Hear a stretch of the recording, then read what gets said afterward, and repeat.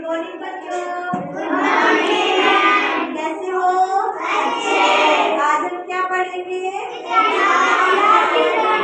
आज हम इतिहास की जानकारी पढ़ेंगे। इतिहास में कुछ ऐसे शब्द है जो यूज में लिए जाते हैं, हम सबसे पहले उनके बारे में जानेंगे, ठीक है।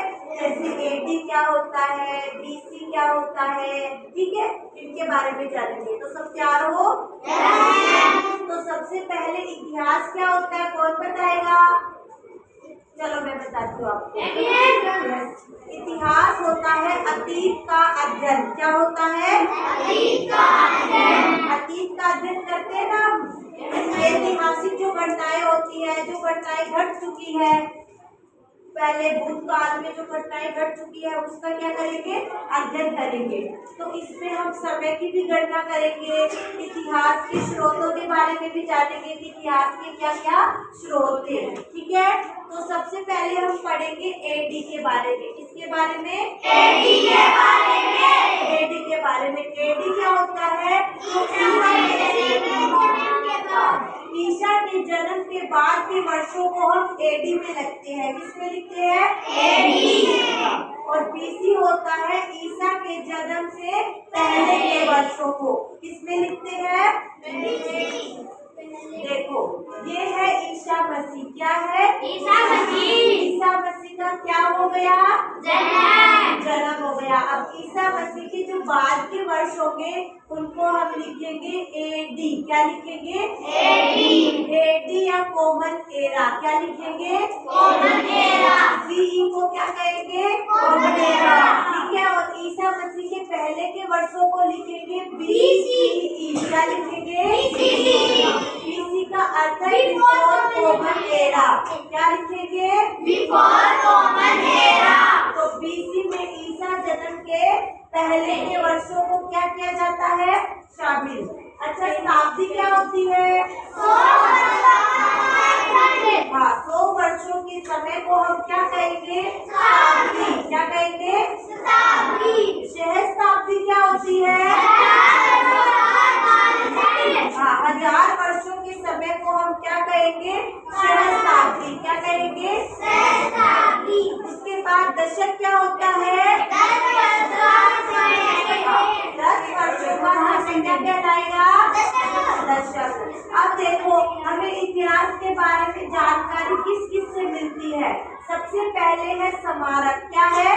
स्मारक। कोई भी किला, कोई भी दुर्ग, ऐसे स्मारक जिनसे हमें किसकी जानकारी मिलती है? इतिहास की। फिर उसके बाद है सिक्के। क्या? सिक्के भाई पहले तांबे के सिक्के यूज होते थे या चांदी के होते थे, सोने के सिक्के तब यूज में आए, ठीक है। उसके बाद है साहित्य। क्या है? साहित्य। साहित्य को हम 2 भागों में बांटेंगे। एक तो है भारतीय साहित्य, जो किसने लिखा है? भारतीयों ने। किसने लिखा है? भारतीयों ने। और एक है विदेशी साहित्य। क्या है? विदेशी साहित्य, जो किसने लिखा है? विदेशियों ने हमारे देश की यात्रा की। क्या की? यात्रा। ये जब उन्होंने हमारे देश की यात्रा की तो उन्होंने अपने यात्रा को क्या कर दिया? लिख दिया। तो उसे हम कहेंगे यात्रा वृत्तांत। क्या कहेंगे? यात्रा वृत्तांत। उसके बाद है शिलालेख। क्या है? शिलालेख। शिलालेख क्या होते हैं? जो लेख शिलाओं पर लिखे जाते हैं। किस पर? शिलाओं पर। शिला माने होता है चट्टान। क्या होता है? चट्टान। तो जो चट्टानों पर, शिलाओं पर जो लेख लिखे जाते हैं उन्हें क्या कहेंगे? शिलालेख।